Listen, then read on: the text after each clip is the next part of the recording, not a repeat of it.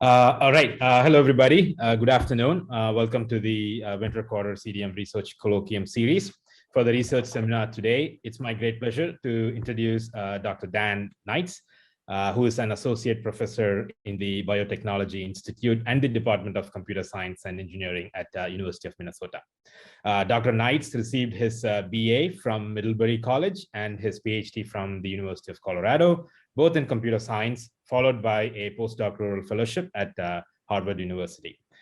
Dr. Knight's primary research area is bioinformatics and computational biology.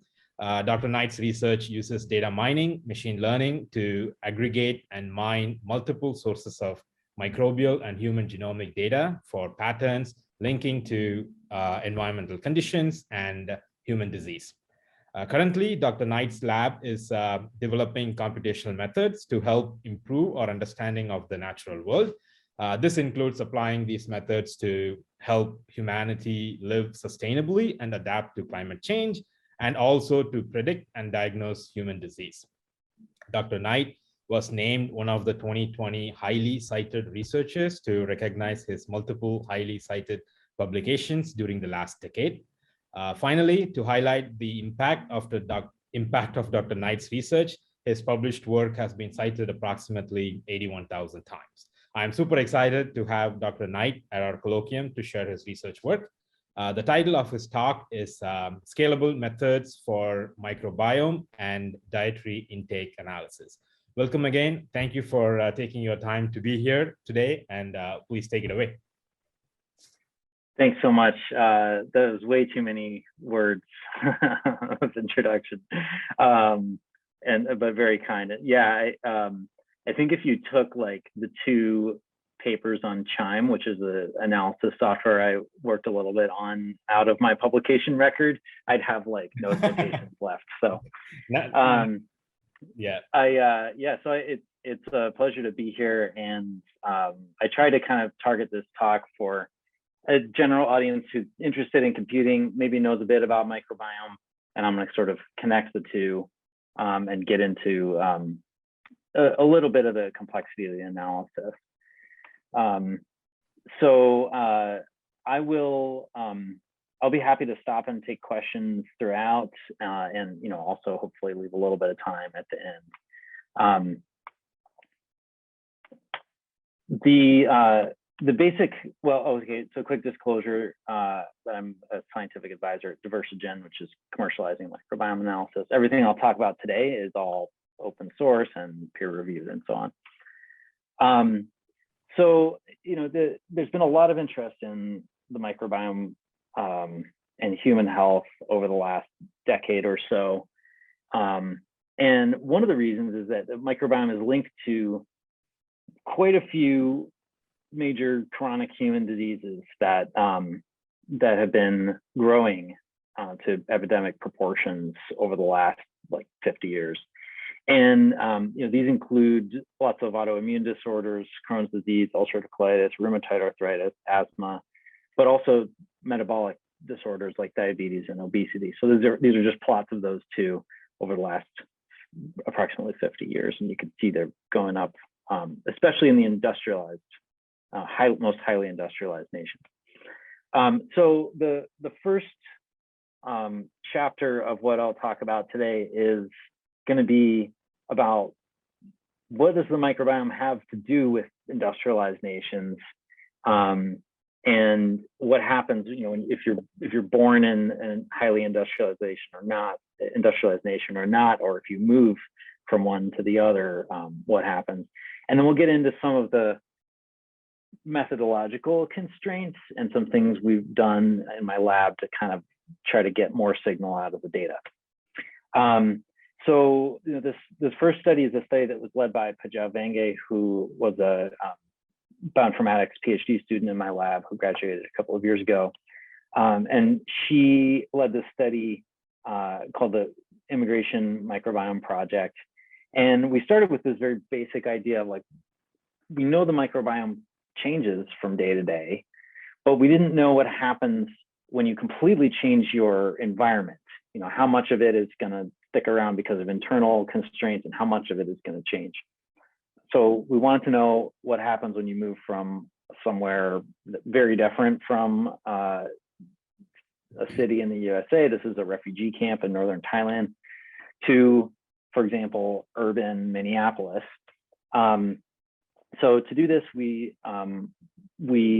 collected a whole bunch of samples from people who were still living in Thailand, from two groups, ethnic groups that have moved to Minneapolis in large numbers. These are the Hmong and the Karen. And we collected samples in Thailand from villages and refugee camps. And we also collected samples from people from the same ethnic groups who had moved to the USA during their lifetime. So these are first generation immigrants. And then also their children, so second generation immigrants. And we did this whole study with what's called CBPAR methods, or community-based participatory action research, which was amazing. I'm just so lucky and grateful that I was able to work with people who are experts in this and could help me do it. So what this means is that we actually had people from these ethnic groups working in the study. They were making up a community advisory board.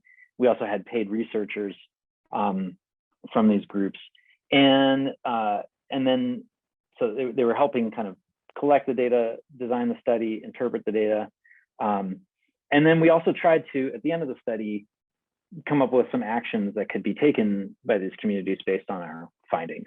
And it just was a wonderful way to do the research. I wouldn't do it any other way in the future. And one of the things that came up, so we were talking to people in these ethnic groups, and we said, hey, we're kind of interested in like studying the microbiome when people immigrate to the US. Are you interested in, is there anything specifically we should study? And they brought up obesity, and said, okay, yes, we were interested in gut health, and we want to know if changes in the gut are linked to obesity increasing when people move to the US. And we looked at the data, and it's actually, it's pretty quick once people move to the US that they start to take on the more US associated risk of metabolic diseases. So this is like the rate of BMI over 30 in individuals, and some data we collected for people who've been in the US less than 1 year versus 1 to 5 years, and 5 to 10, and so on. This is similar, this is overweight or obese status in children. And this is only over the course of 3 years of living in the US, where it roughly doubled.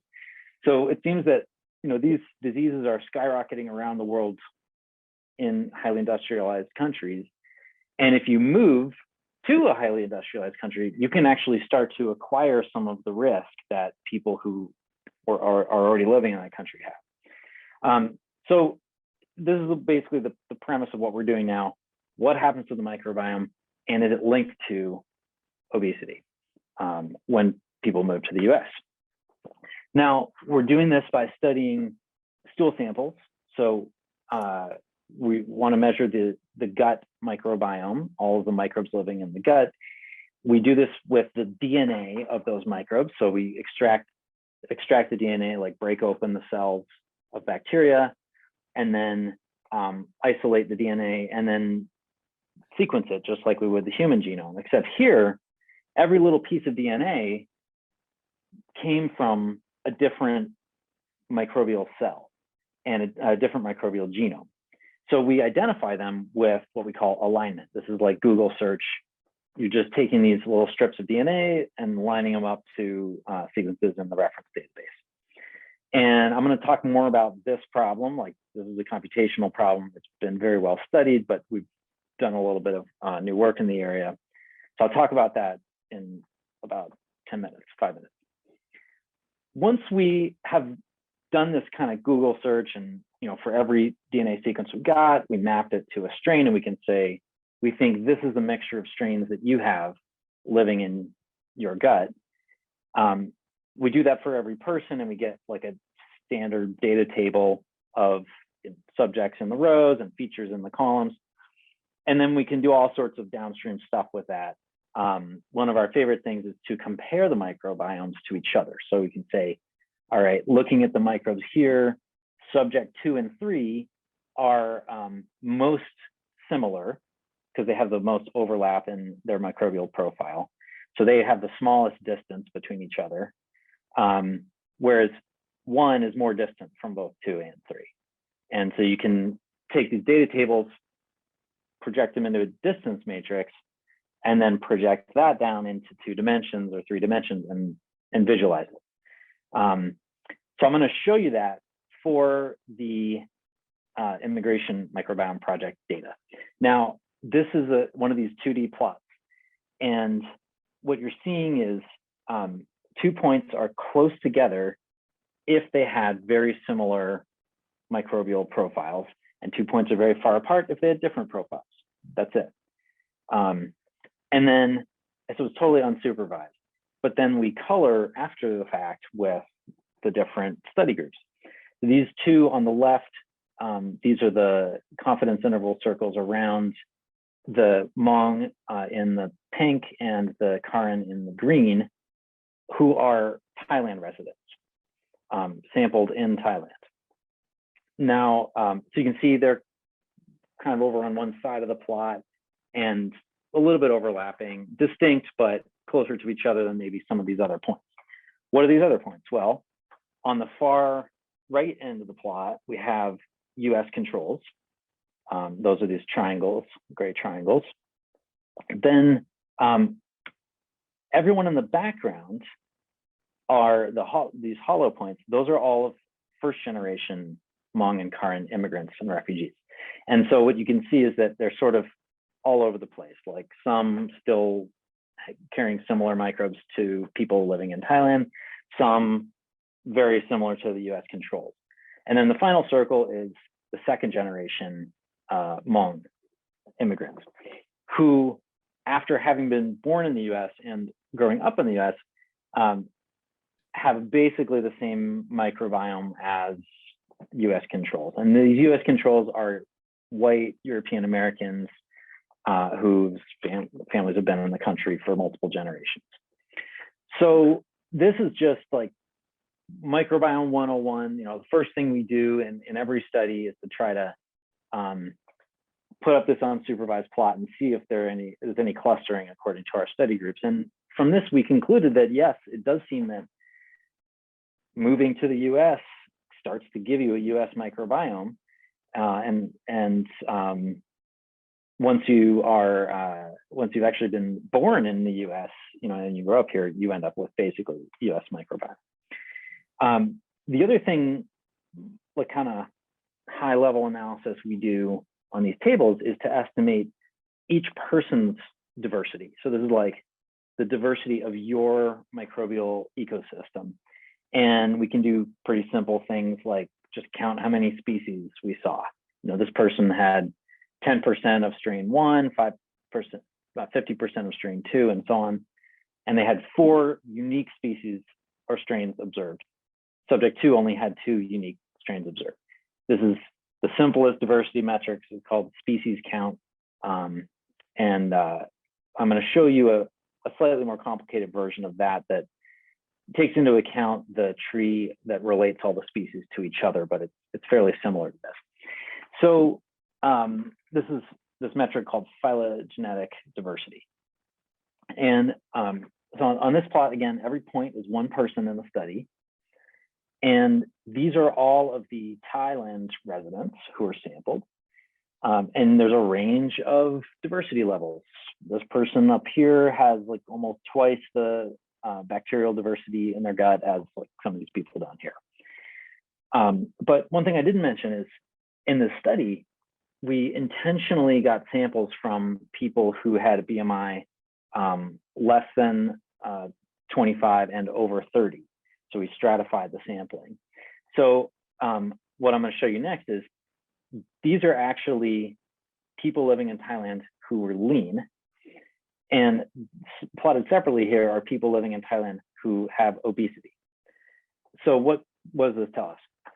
Having obesity is, for people living in Thailand, in these ethnic groups, is associated with maybe like a 10% drop in microbial diversity on average. And this has been seen in other studies. Obesity decreases diversity in the microbiome. Now, let's look at the first generation, lean. So this is very interesting because it's a drop in diversity, but it's approximately double the drop in diversity associated with obesity. So we usually think of diversity as a good thing. You want to have a diverse microbiome, and it's not necessarily so, but generally speaking, diverse ecosystems are more stable, more resilient. And we see that US immigration is associated with twice the drop in diversity as obesity. And then now we look at obese in the first generation, we see yet another step down. So what this is showing is that the obesity still has another effect, and it's like nested within country status. And then finally, second gen lean, second gen obese. And here there are two more steps down. All of these steps are significant. And by the time you've grown up in the US, you basically have the approximately similar diversity to the US controls. So this was quite striking to us, because we've been talking for years about what's called the disappearing microbiota hypothesis. This was proposed by Marty Blaser and Stanley Falco back in 2009. And their idea was, look, industrialized society is doing all these things to the microbes.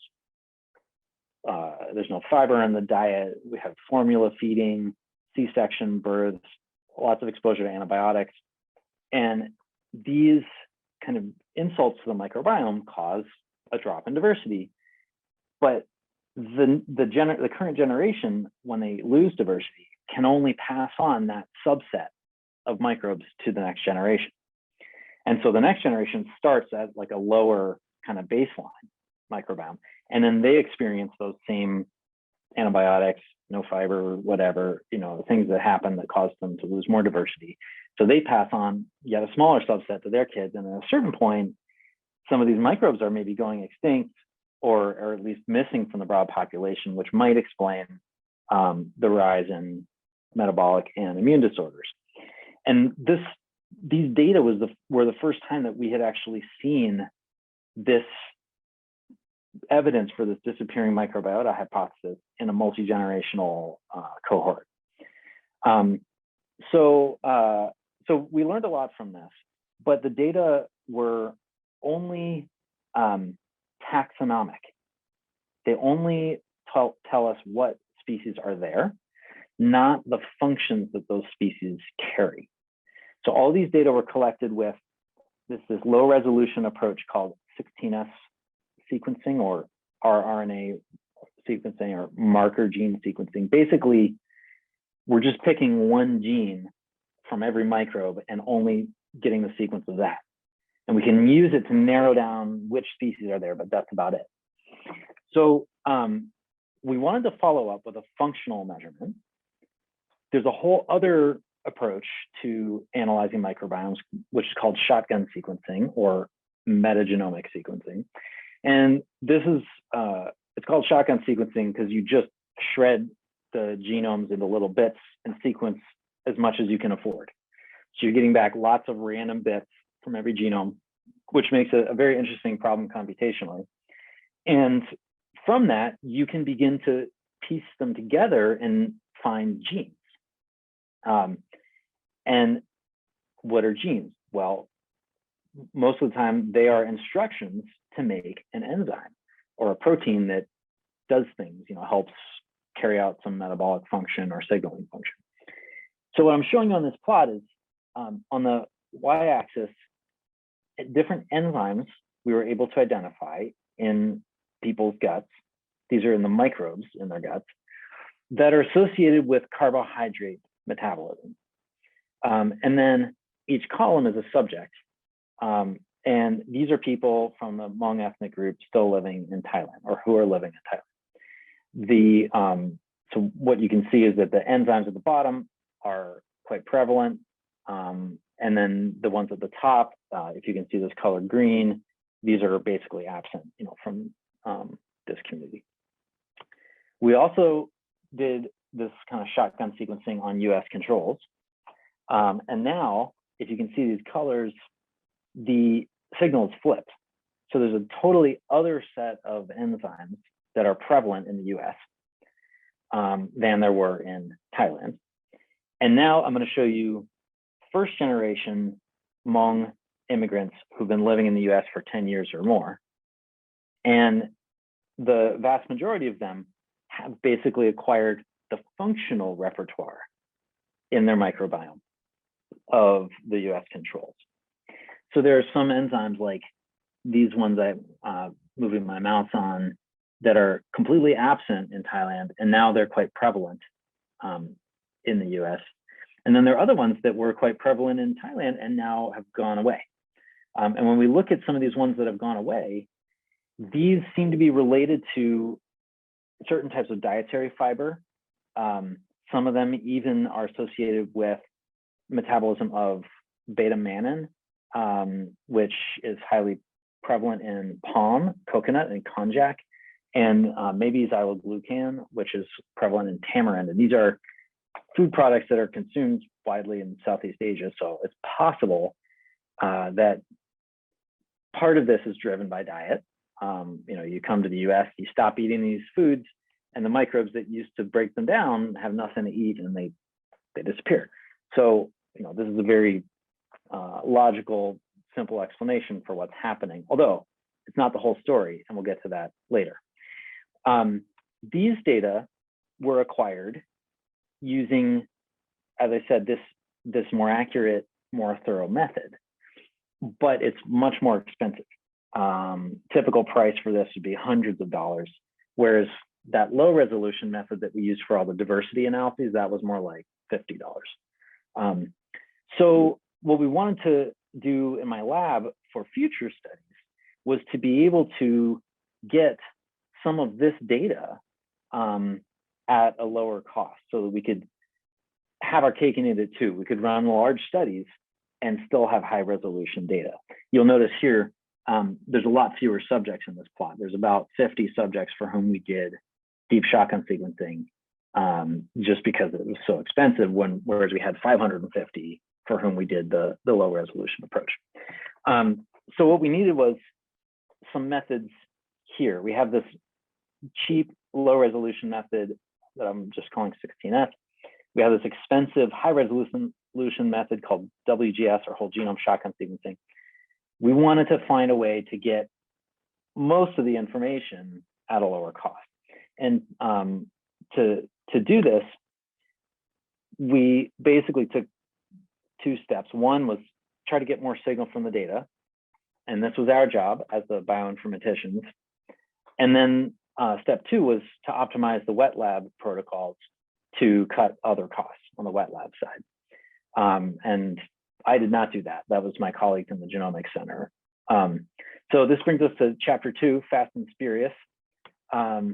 This goes back to this problem of you've got all the DNA from a sample. How do you map it to the right reference genome? And there actually is an approach that's optimal. Most of the aligners or search tools that are used in the field, in all of the genomic area fields, are approximate. So they guess what's the best match, and they won't guarantee that they will find the best match. There is an exact algorithm for finding the best match, which is the Needleman-Wunsch algorithm. And what it entails is filling in this big matrix. You have a row for every position in your query sequence, a column for every position in your reference sequence. And this would be much, much longer. Every genome is about 5 million bases long. So I'm just showing you a toy example. So you got to fill in the whole table and then kind of backtrack, and that gives you the optimal alignment. If you had, say, 10 billion DNA sequences in a study, which is a somewhat typical study. Each of those is about 100 bases long. You've got, say, 10,000 reference genomes in your database, each of which is 5 million bases long. That's 5 times 10 to the 23rd cells in these tables that you have to fill in. And that's too much. It's 10,000 times more complex than trying to count all of the possible states of Rubik's Cube. So you could use this algorithm to analyze shotgun data, which would be nice because you'd know that you always were getting the right answer, but it would take like 4 years on a supercomputer with 100 cores. And this method was published in 1970, so it's been around for a long time. Over the next couple of decades, a lot of groups worked on speeding this up with parallelization tricks and feeding multiple instructions through the pipeline at the same time.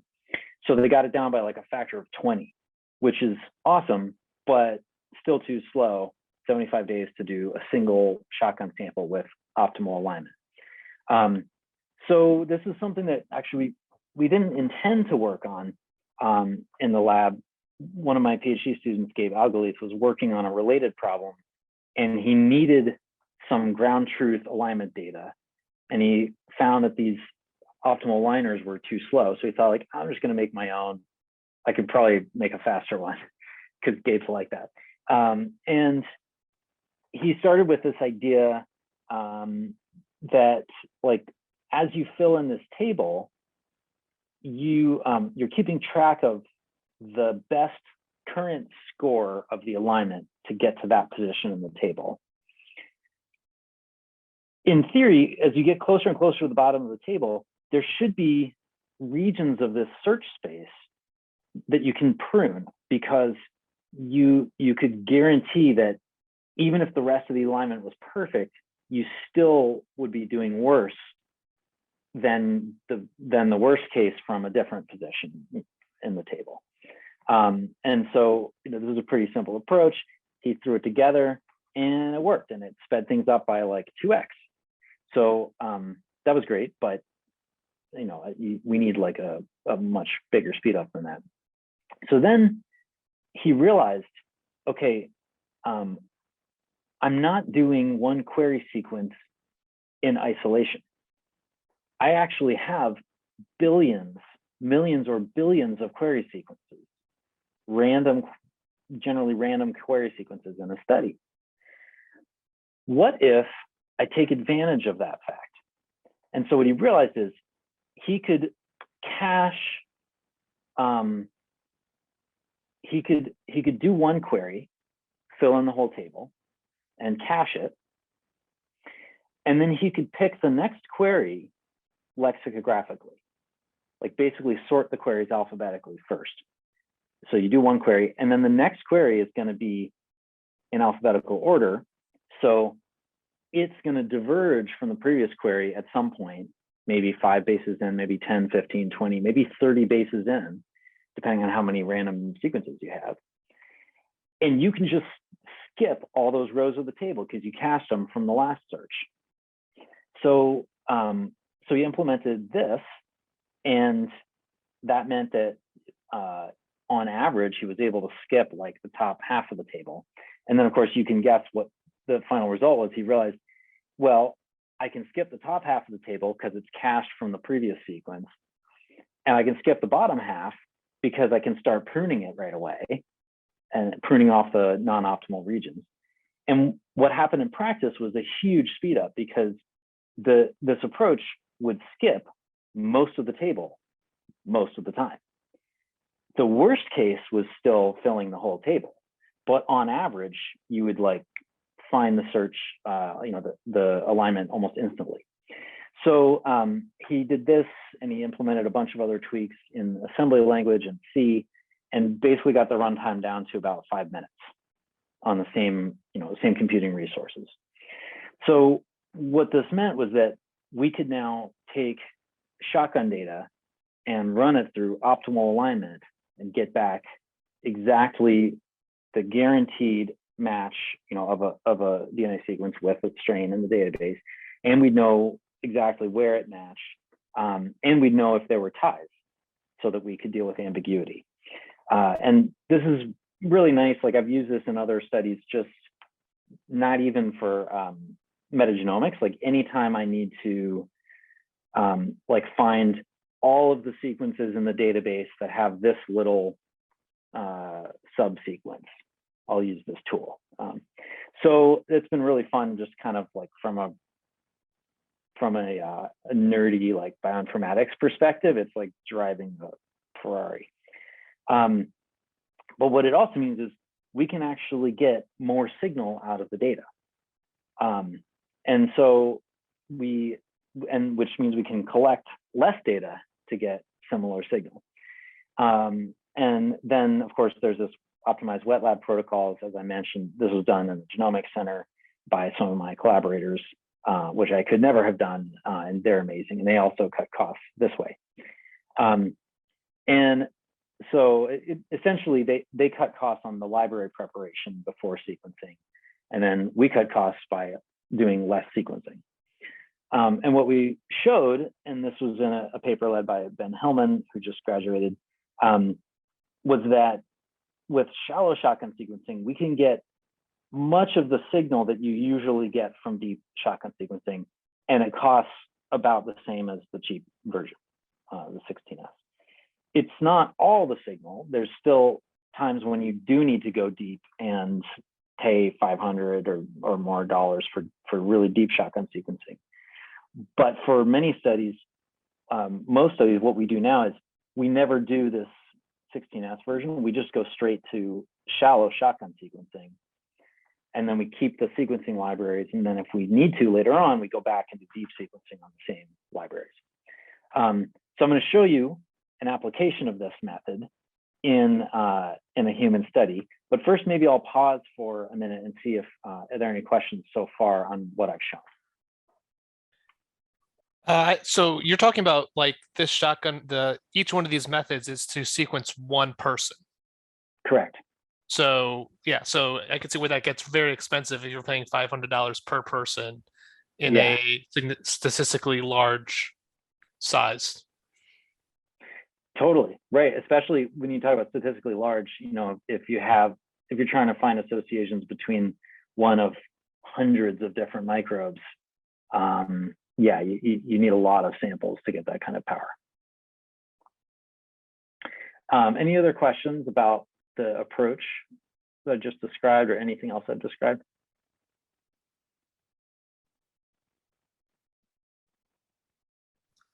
Just a quick question, just to understand what BURST is doing here.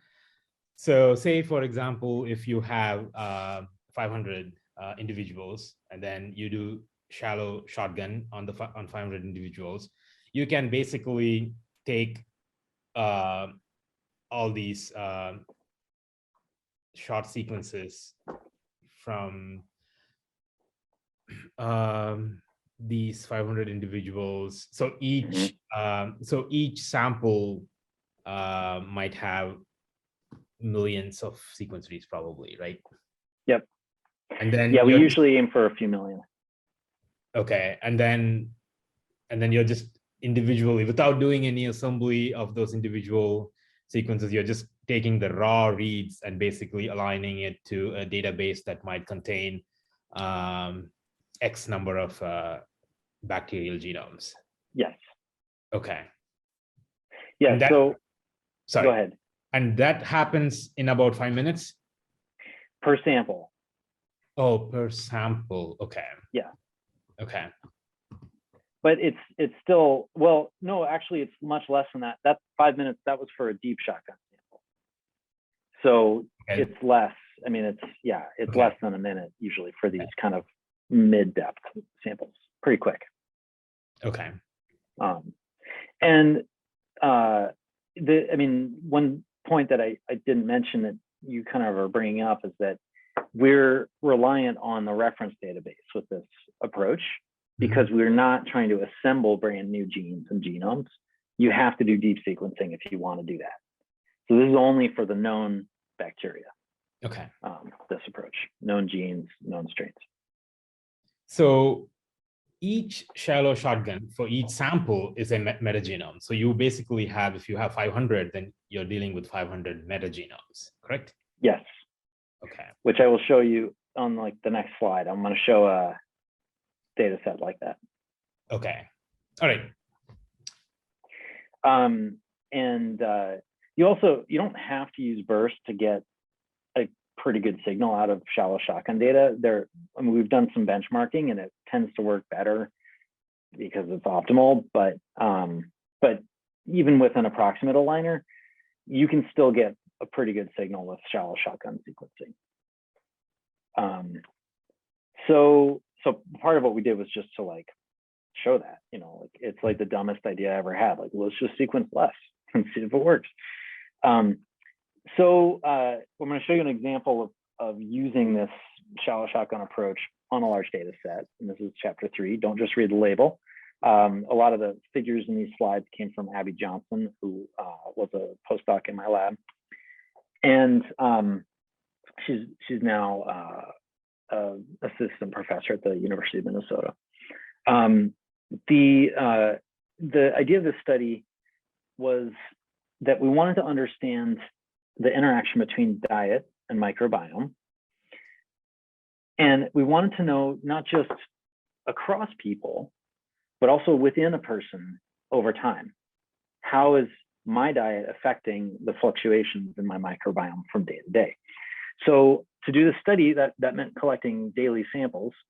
And we did this with 34 people over the course of 17 days.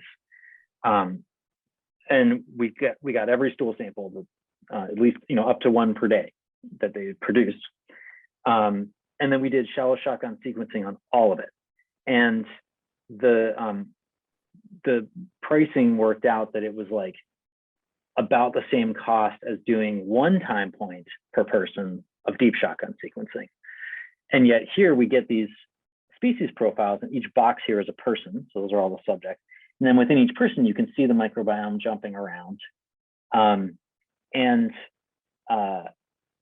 You get all this, you know, daily resolution that you wouldn't get without that longitudinal data. But we still also have species. So with that other method, the cheap 16S method I mentioned early on that we started with on the immigration microbiome project, you can't really get down to species level. It's more like at the genus. You know, you could say, oh, you have Bacteroides, but you couldn't necessarily say it's Bacteroides uniformis or Bacteroides dorii. And there can be quite a lot of differences between these bugs. So what can you learn from this? I love this figure because it tells so many stories in one figure. Each person has their own fingerprint, right? Like, can you find any twins, any two people who have the same distribution of species? No. Maybe like these two are quite similar, but there are always some differences in the ratios.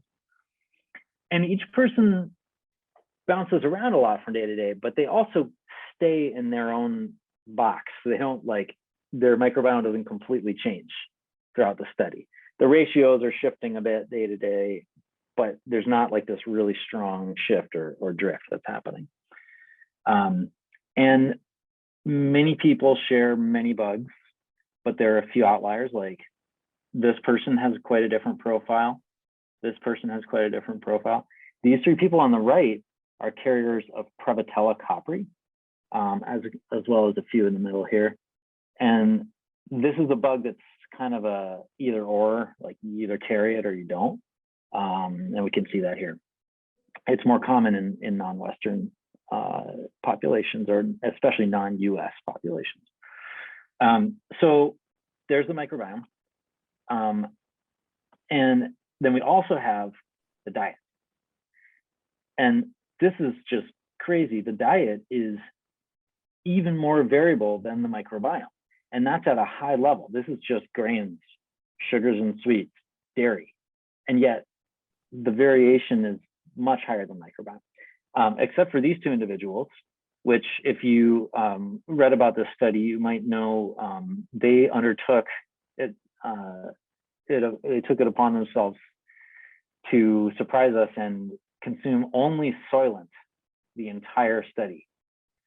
So Soylent is like a meal replacement beverage that's popular in like tech communities, and they just drank that the whole 17 days. So this is interesting because, like, look at their microbiome. They did not converge. They ate the exact same thing for 17 days, and their microbiomes hardly budged. So it's kind of an interesting sub-study there. You know, it's not like eating the same thing for 2.5 weeks causes you to have the same microbiome. That was maybe the first inkling that diet is not the whole story of what's driving microbiome. So how do we analyze these data? Well, I'm going to show you one little extra method that we've been using over the last few years. Here's the microbiome from day to day. Here's this highly variable diet. When you look at the actual foods, it's even more variable. So this is Abby's microbiome. She gave me permission to show it. She had like the most stable microbiome of everyone, and she was very proud of that because she's a dietitian.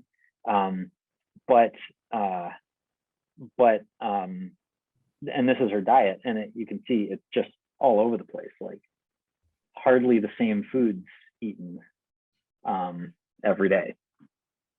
So let's take a look at the diet data alone.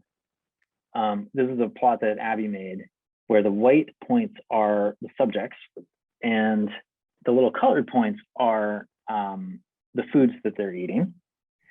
And then it's like a physics simulation in this plot where it tries to make, it puts you next to people eating similar foods and far away from people eating different foods. And it also tries to put the foods you're eating close to you. So that's why the plot ends up looking like this. So we have some foods in the middle that are like core foods that are eaten by 5, 10, 15, 20, maybe all of the subjects. And these are things like bread. Then we have these foods on the periphery that are really only connected to 1 or 2 people. And these are very unique foods. And a lot of the foods were only eaten by a few people. So we found this is kind of surprising that the food intake was highly personalized at the food level. Can you see the Soylent subjects? Right here. Now, they would be in a cluster on their own. They had four or five flavors of Soylent. There's like strawberry and coffee and whatnot. But one of them had coffee one time, and like one of them ate a piece of pizza one time. And so they messed up. That's why they're not like a completely separate cluster. So what can we do with this? If only we could project this highly sparse individualized food onto some lower dimensional set of latent features. Aha, well, we have that, right? It's called nutrients. Like, why don't we just do what everyone's done for the last 50 years of nutrition science and look at the nutrients? So we tried that, but they did not line up with microbiome. So this is taking each person's average diet, those are shown in red, and average microbiome over the 17 days, and their average diet over the 17 days in nutrients. And we tried to line them up. This is called Procrustes analysis. We try to see if 2 people have similar diets, do they also have similar microbiomes? And they did not line up.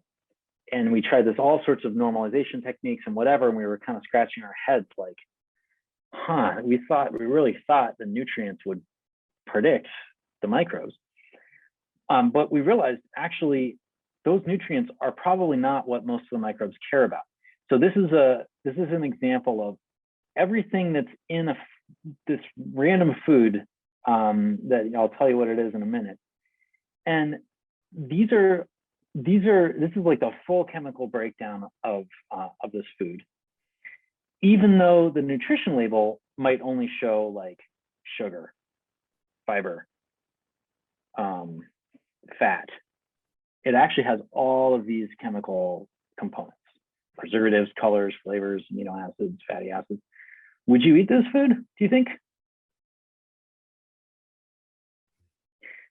Some of you might have even eaten it today. It turns out this is just what's in a strawberry. And this was designed by Robin Shields Cutler, who was a postdoc in my lab, who's now a professor at McAllister, and the data was adapted from this guy, James Kennedy, in Australia.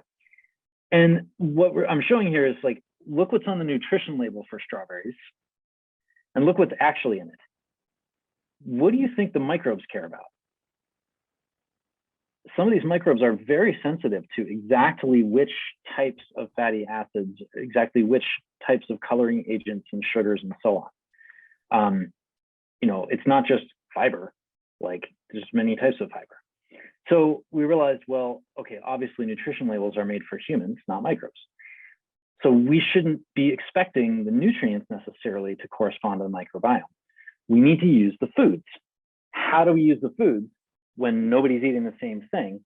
Abby realized that the database she had, this is the USDA food database, already had all the foods in a hierarchy.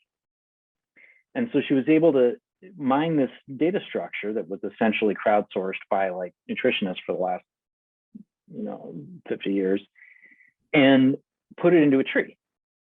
And then she could use the tree to kind of share information about closely related foods. So if you and I both ate green vegetables, even if it wasn't the exact same kind, we would be considered more similar than to someone who's eating meats or eggs. And now the foods corresponded to the microbiome profile. And we were actually able to see that specific food groups were associated with specific microbes in each person. So there's an inter-individual association and also a within individual association and of a food with a microbe. Just to close the loop on the immigration microbiome project, we incorporated diet in that project, but we had a lot of foods that we didn't know and that weren't in the database, like such as this jungle fern that was being eaten by people in the Karen refugee camp. And so what we did was we used Abby's food tree approach, and we just inserted these unknown foods into the food tree with our best guess, so that we could at least treat them as, it's obviously a vegetable, right? And from that, we were able to go back to the immigration data. Here's the microbiome data that I showed you. And we did the exact same thing with diet data, using the food tree and phylogenetic distances between people's diets. And the difference here is that if you recall in the microbiome, it was fully westernized by the time people were in second generation, but the diet was not. Diet was still highly distinct. So this is yet another piece of the data showing us that diet is explaining maybe parts of what's happening in the microbiome, and it explains maybe some of the day-to-day variations, but it is not the only determinant, and perhaps not even the main determinant of your long-term microbiome. So, I think in the interest of time, maybe I did have one more very recent thing I was going to share, but it's pretty quick. Basically, one of the problems we still have with this shotgun data is a lot of noise at the bottom of the signal, all these low abundance microbes. It's hard to know if something's really there, or if it's just like a piece of DNA hitting some genome in the database by mistake. The usual approach people take is they just threshold at a certain point. Say, we're only going to trust everything at 0.1 and above. But there's a lot more you can do if you look at the profile of where these DNA sequences matched each genome. You can begin to say, like, okay, this one doesn't look so good. It's really uneven. It's probably noise. This one looks good. So this is some work Ben Hillman is doing that we're going to be publishing soon, to use machine learning to do better detection of presence or absence at kind of those really low abundance bugs. He used features from the database and features from the actual alignment on the fly to do better calling of, okay, this one's present, this one's present, this one's absent, this one's absent, using the machine learning approach.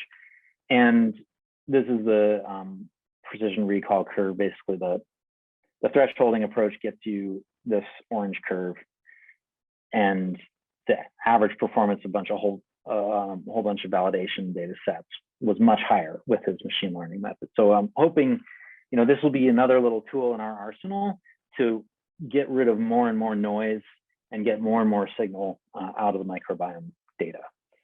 So let me know if you want to try this out. Like I said, we haven't published it yet, but it's available on GitHub. So I think I'll close there. Basically, I talked about industrialization. I showed some new methods for analyzing foods, and also showed some new methods for doing alignment and data processing to make the data affordable and keep it accurate.